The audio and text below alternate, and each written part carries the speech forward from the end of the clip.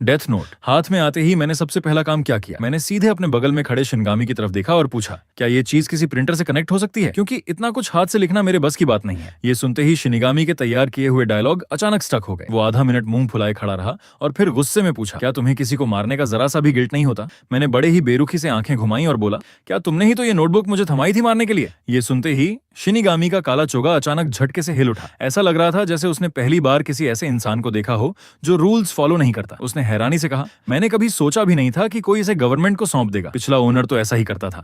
मैंने बिना किसी इमोशन के हाथ हिलाया और पूछा, क्या ये मेरे दुश्मनों को खत्म करने में मदद करेगा? क्या ये उन्हें हेल भेज देगा? शिनिगामी के कोई रिएक्शन नहीं देने पर मैंने बस कंधे उचकाए। अगर प्रिंटर नहीं है तो क्या तुम्हारी जेब में इंसानों के पैसे हैं? मेरे पास तो बस 2 सिक्के बचे हैं जो मुझे कल बस में सवार होने के लिए चाहिए। ये सुनकर शिनगामी पूरी तरह से शट डाउन हो गया।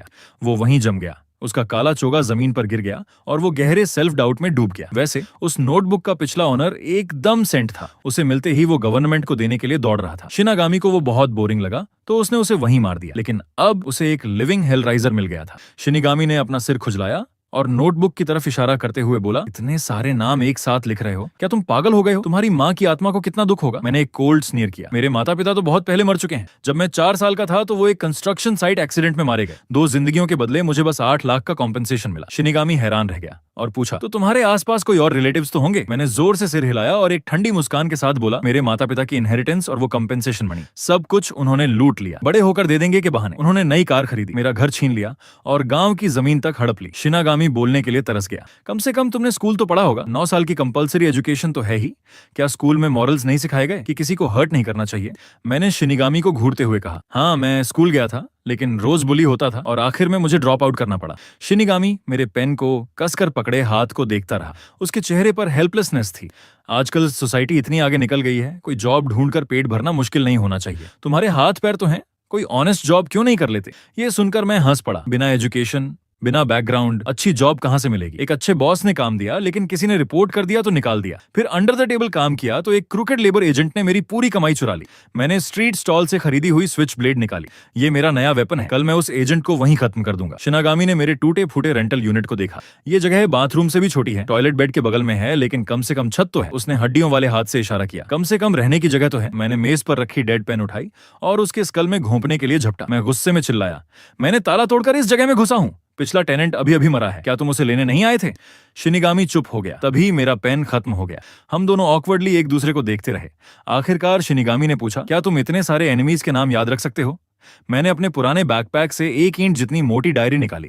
पहली क्लास से ही मैंने रिकॉर्ड रखना शुरू किया था। मैंने कसम खाई थी कि जब मैं बड़ा हो जाऊंगा तो हर उस इंसान को दर्दनाक अंजाम दूंगा जिसने मुझे बुली किया। शिनिगामी ने पढ़ा, 24 अक्टूबर जांग फूगी ने मेरी किताबें कूड़े में फेंक दी और मुझे थप्पड़ मारा। मैं कसम खाता हूं उसे मार डालूंगा। इसके बगल में एक लाल स्टिक फिगर बना था जिस पर बड़ा सा एक्स था। 20 अक्टूबर टीचर मिस ली ने मुझे और जांग को हैंडशेक करने पर मजबूर किया। मैंने मना कर दिया तो उसने पेरेंट्स को बुलाने को कहा। ली अनरान, तुम ओल्ड विच हो। जब मैं बड़ा होऊंगा तो तुम्हें स्कूल ट्रैक पर घंटों घुटने टेकने पर मजबूर करूंगा।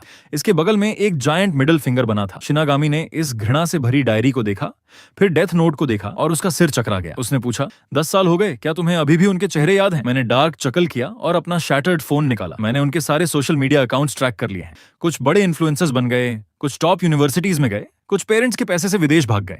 मैंने उनकी ग्लैमरस फोटोज देखी और गुस्से से कांपने लगा। ये अनफॉरगिवेबल स्कूल बुलीज हैं, लेकिन ऑनलाइन इनके फैंस इनकी पूजा करते हैं। मैंने एविडेंस पोस्ट किया तो फैंस ने व्हाइट वॉश किया। पुलिस के पास गया तो बस हॉलो अपॉलॉजीज मिली।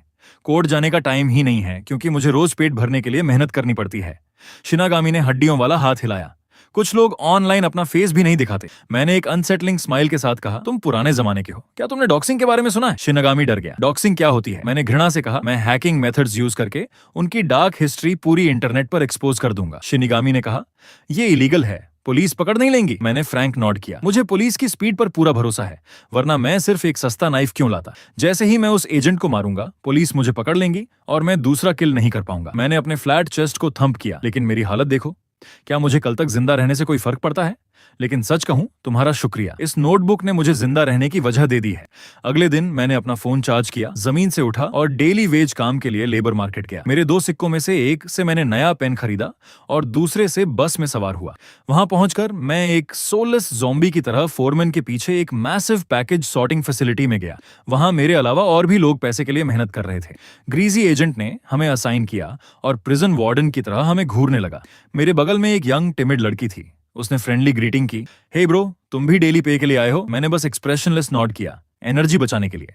उसने शाई स्माइल दिया, लेकिन एजेंट अचानक बार्किंग करने लगा। क्या कर रहे हो इडियट्स? पैकेजेस पहाड़ जैसे जमा हैं। $20 एन आवर दे रहा हूँ, फ्री में खाना खाने आए हो? लड़की डर गई और चुप हो गई। मैंने एजेंट को कोल्ड ग्लेयर दिया। सोच रहा हूँ कि कल पैसे मिलते ही इसे हेल भेज दूंगा। 2 बजे के बाद एजेंट ने गालियां देना शुरू कर दिया। अंधे कचरे, ये सिंपल काम भी नहीं कर सकते। काम करो या निकल जाओ। मैंने आंख भी नहीं मारी, मैं इस बकवास का आदी था। शिनिगामी मेरे बगल में फ्लोट कर रहा था और बोला, ये गाय मेरे रियल्म के वायलेंट डीमंस जैसा है। काम बहुत एग्जॉस्टिंग था, लेकिन लड़की गुस्सा नहीं पी पाई और एजेंट से कॉन्फ्रंट करने गई। मैंने उसका हाथ पकड़ लिया। मत जाओ, वो बहाना ढूंढ रहा है पैसे न देने का। लड़की गुस्से में गई, एजेंट से लड़ी और रोते हुए भाग गई।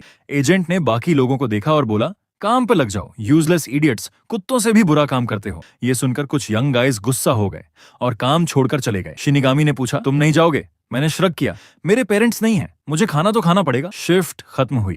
एजेंट ने मेरी फोटो खींच ली थी और मेरी पे काट दी। आधा दिन मेहनत करने के बाद मुझे सिर्फ $140 मिले। मैंने उसे घूरा और पूछा, तुम्हारा नाम क्या है? उसने स्मगली कहा, झोगुई। लेबर ब्यूरो में रिपोर्ट करने की हिम्मत है तो कर लो। उसकी विलनस फेस देखकर मुझे पता था कि कोई इतने पैसे के लिए स्यू नहीं करेगा। मैंने कोल्ड स्माइल के साथ नोटबुक निकाला और लिखा, झोगी crushed to death by 200 pounds of cow dung purchased by mister Zhang, 6:20 AM August 7। मैंने पेन बंद किया और नोटबुक बैग में डाल दिया। कुछ मिनटों बाद मेरे पीछे एक ब्लड कर्डलिंग स्क्रीम हुई। मैंने मुड़कर देखा, झोगुई की लोअर हाफ काउ डंग में डूबी हुई थी। सिर्फ उसके हाथ हवा में तड़प रहे थे। मैंने ये सैटिस्फाइंग सीन देखा और ब्रेकफास्ट स्टैंड पर जाकर बन खाते हुए अगले एड्रेस पर चल पड़ा। 10 मिनट बाद एक और एजेंट जो मेरे पैसे चुराए थे क्रॉस रोड्स पर दिखा। अचानक इमरजेंसी ब्रेक्स की आवाज हुई और एक मैसिव ट्रक ने उसे फ्लैटन कर दिया। शिनागामी ने मेरे शोल्डर पर हाथ रखा। तुम सच में पीस ऑफ वर्क हो। मैंने उसे हैवी ग्लेयर दिया। तुम स्केलेटन के लिए बहुत सेंटली हो। तुम शिनिगामी हो, गार्डियन एंजल नहीं। मैंने फोन पॉकेट में डाला और अगले टारगेट की तरफ चल पड़ा। शिनिगामी पपी की तरह पीछे आ गया। एक सुबह में उसने 40 से ज्यादा फेटल एक्सीडेंट्स देखे। दोपहर तक मैं थक गया था। शिनिगामी ने कहा, तुम ग्रिम रीपर से भी रूथलेस हो। मैंने आंखें घुमाई। उन्होंने सिर्फ अपनी जान खोई, मेरी वेजेस चुराई गईं। मुझे वो वेजेस भी नहीं चाहिए, उसे बर्न्ट ऑफरिंग समझो। शिनिगामी ने ऑकवर्डली अपना बॉल्ड स्कल खुजलाया। क्या जमीन पर लेटे लोग सब तुम्हारे बॉस हैं जो तुम्हारे पैसे ओ करते हैं? मैंने कोल्ड स्नॉट किया। लेबर एजेंट सर्कल में कोई अच्छा नहीं है, बस ग्रीड का डिफरेंस है। मैं वापस अपने डंप में आया, बेड पर गिरा और अपना शेटर्ड फोन निकाला। कोइंसिडेंटली मेरे ओल्ड फ्रेंड झांग फुगुई का लाइव स्ट्रीम आ गया।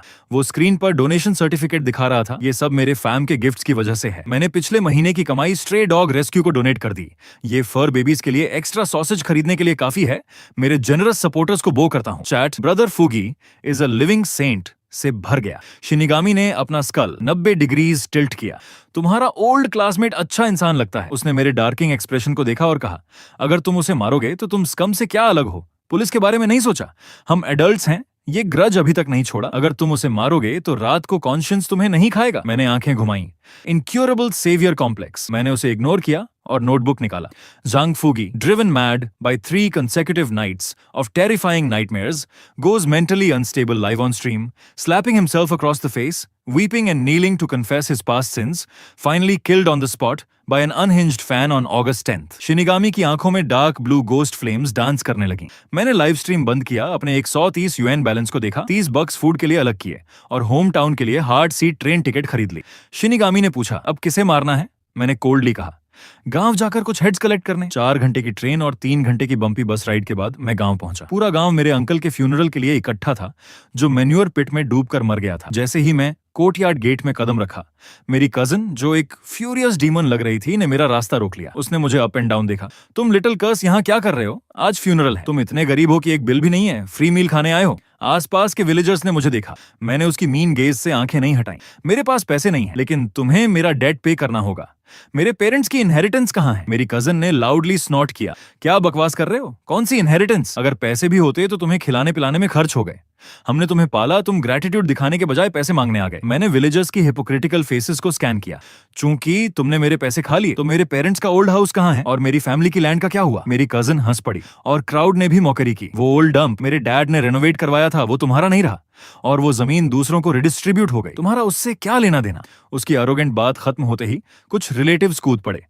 बिल्कुल, तुम्हें अपनी औकात पता होनी चाहिए। तुम ऑर्फन हो, हाउस और लैंड से पेट नहीं भरेगा। तुम्हारे अंकल ने तुम्हें पाला, तुम्हें ग्रेटफुल होना चाहिए। ये मॉरल किडनैपिंग सुनकर मैं हंस पड़ा। उसने मुझे पाला? क्या आप लोग अंधे हैं? क्या आपने नहीं देखा कि उस ओल्ड बस्टर्ड ने मुझे कैसे टॉर्चर किया? मैं इतना भूखा होता था कि दिन में एक मील भी नहीं मिलता था। सर्दियों में मुझे उसकी पूरी फैमिली के लिए कपड़े धोने और खाना बनाना पड़ता था। तुम लोग अकॉम्प्लिसेस हो और अब तुम्हें ग्रेटिट्यूड की बात करने की हिम्मत है? दोस्तों, इस स्टोरी का अगला पार्ट अभी तक रिलीज नहीं हुआ है, लेकिन जैसे ही वो आएगा मैं सबसे पहले यहीं अपलोड करूंगा। तो चैनल को सब्सक्राइब करो, बेल आइकॉन दबाओ ताकि नेक्स्ट पार्ट आते ही नोटिफिकेशन सबसे पहले तुम्हारे पास पहुंचे।